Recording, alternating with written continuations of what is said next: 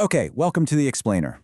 Today we're breaking down a situation that is developing incredibly fast, the standoff between the United States and Iran.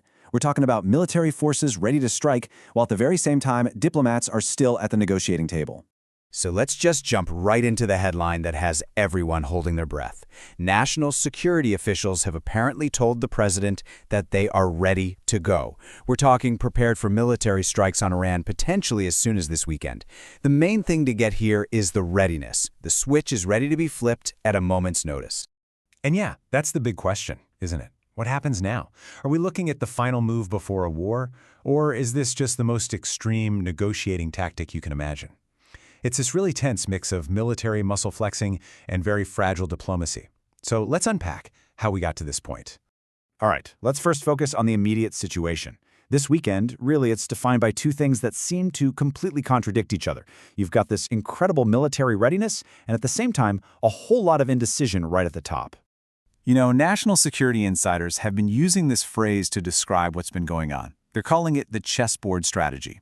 For the past few weeks, the U.S. military has been moving its pieces, its assets, all around the globe. And these aren't random moves. It's all about getting everything perfectly positioned for a potential strike on Iran. Now, what's so important to understand here is just how fluid this timeline is. Yes, the military might be ready to act this weekend. But, and this is a big but, the president hasn't actually given the final go-ahead. And we're hearing that this state of readiness could last for a while, maybe weeks. So you should really think of it as being in a state of constant alert, not that an attack is a sure thing. And that brings us to the real heart of this whole story. The administration is basically walking down two completely different paths at the exact same time. It's this weird combination of putting on intense military pressure while also leaving the door open for a diplomatic way out. And you can see this two-track approach perfectly right here. On one side, you've got this huge military show of force. I mean, we're talking aircraft carriers, the most advanced fighter jets, missile cruisers, the whole shebang. But then, at the same time, you have officials meeting in Geneva for these nuclear talks. And the language they're using is, well, it's interesting. They're saying the talks are positive, but in the same breath admit they're very far apart. It's that classic carrot and stick approach, right? But it is a super dangerous game. One little miscalculation from either side could be absolutely catastrophic. So what's the holdup in these talks? Well, for starters, they can't even fully agree on what they should be talking about. Iran wants to keep it super narrow, just their nuclear program. The US, on the other hand, wants to talk about everything. Iran's ballistic missiles, their support for other groups in the region, the whole picture. And while Iran seems willing to talk about lowering their uranium enrichment, they're not about to scrap the entire program. So right now, the ball's in Iran's court to come back with some kind of written proposal. I mean, listen to this quote from the White House press secretary. It just perfectly sums up the public message they're sending. It's basically saying to Tehran, look, we'd rather talk, but don't you dare think for a second that this military option isn't real, because it is, and we believe we have every reason to use it. Okay, so what if diplomacy fails? What if that military option is actually chosen?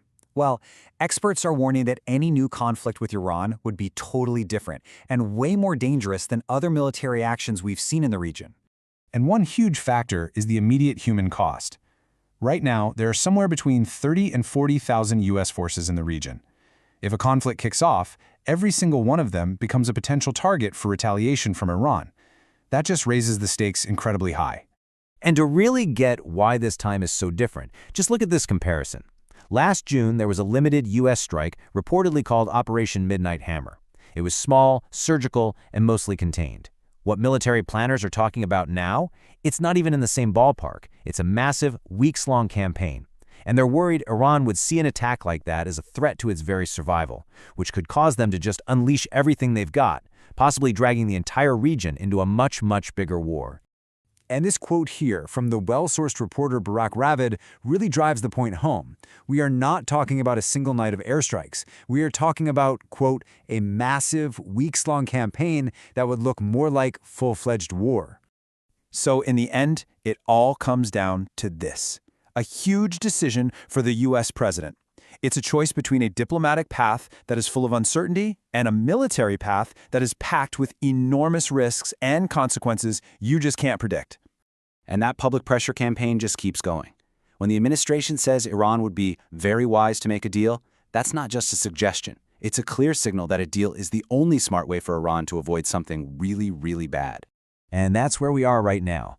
Just this moment of incredible tension, where diplomacy on one side and the threat of war on the other are hanging in this really delicate balance. The entire world is watching, waiting to see if this chessboard gets cleared with a handshake, or if the first shots of a dangerous new conflict are about to be fired.